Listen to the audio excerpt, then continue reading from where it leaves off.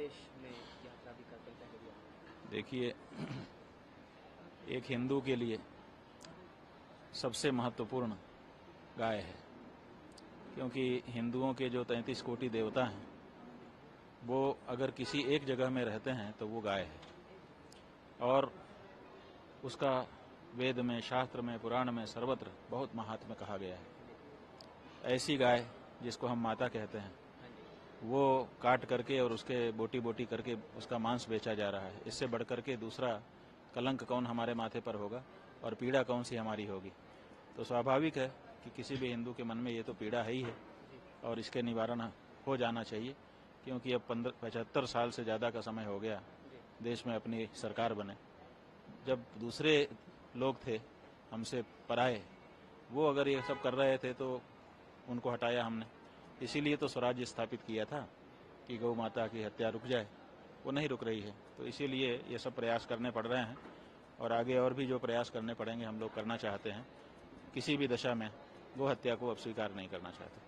केरल के बीजेपी के नेता में त्रासदी आई है, वहाँ भूस्खलन वगैरह हो गया है, ऐसी इस प्रतिक्रिया को आप क्या प्रतिक्रिया? नहीं, ये तो उनकी अपनी बात है। किस संदर्भ में कोई राजनेता क्या वक्तव्य देता है वो जाने। हम ये जरूर कहना चाहते हैं कि हमारे यहाँ गौ हत्या को महापाप बताया गया है और जहाँ ये पाप होता है वहाँ पर एक के बाद एक समस्याएं आती रहती हैं, विपत्ति आती रहती है। ये बात सही है। देश से जुड़ा हुआ आज एक बड़ा प्रश्न, आज एक बड़ा मुद्दा है कि उसको लेकर सरकार एक बिल लाना चाहती है ताकि जो उनके अधिकार हैं वो सीमित किए जाएं। मुस्लिम पर्सनल लॉ बोर्ड ने कहा है कि वक्फ बोर्ड की प्रॉपर्टी जो है खरीदी बेची नहीं जा सकती है। इस पर बात होनी चाहिए, इस पर हितधारकों से बात होनी चाहिए। केंद्र इस पर अगर बिल लाता है, आप क्या कहना चाहेंगे इस पर? नहीं, हम ये कहना चाहेंगे कि हमारे मंदिरों में जो सरकारें प्रबंधन के नाम पर आकर के बैठ गई हैं उनको मंदिर का परिसर छोड़ देना चाहिए। धर्म का काम धर्माचार्यों को और धर्म के लोगों को करने देना चाहिए। जैसे हमारे लिए हम हैं वैसे बाकी बात मामले में भी देखा जाए। वक्फ को लेकर, क्योंकि अगर मुस्लिम पर्सनल भाई वक्फ के बारे में अभी हमको पूरी बात नहीं पता है ना। क्या मामला है, जब तक पूरी बात हम समझ न लें हम कुछ कह नहीं सकते। हमारी तो बात यह है कि हमारे मंदिरों में जो धर्मनिरपेक्ष सरकारें बैठी हैं उससे भी हमको समस्या है। इसीलिए हम चाहते हैं, मौका हमको मिला तो हमने अपनी बात कह दी, है ना। अब व्यक्ति को अपना सूझता है। अभी वक्त के बारे में क्या हुआ है पूरी बात हमको पता नहीं है। पता होगी तो हम उस पर भी आपको बताएंगे। एक और सवाल मैं आपसे को लेकर कई चीजें हुई। राहुल गांधी ने कहा कि मुझसे मेरी जाति क्यों पूछी।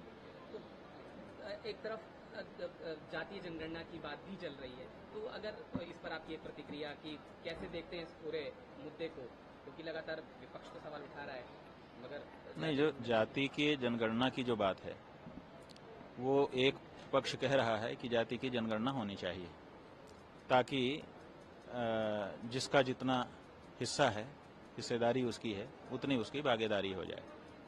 दूसरे कह रहे हैं कि इससे हिंदू समाज में भेदभाव उत्पन्न होगा, बिखराव उत्पन्न होगा। जाति की बात नहीं करके एक हिंदू समाज है ऐसा कहना चाहिए। अब ये जो बहस है ये तो बहस चलेगी, अपने अपने पक्ष वो कहेंगे। हमारा ये कहना है कि हिंदू समाज भले अनेक जातियों में बटा हुआ है लेकिन हर जाति गाय को अपनी मां मानती है, इसलिए गाय का बिल लाना चाहिए। तो गाय का बिल अगर संसद में आएगा तो किसी भी जाति का हिंदू होगा वो उसका समर्थन करेगा। इससे हिंदू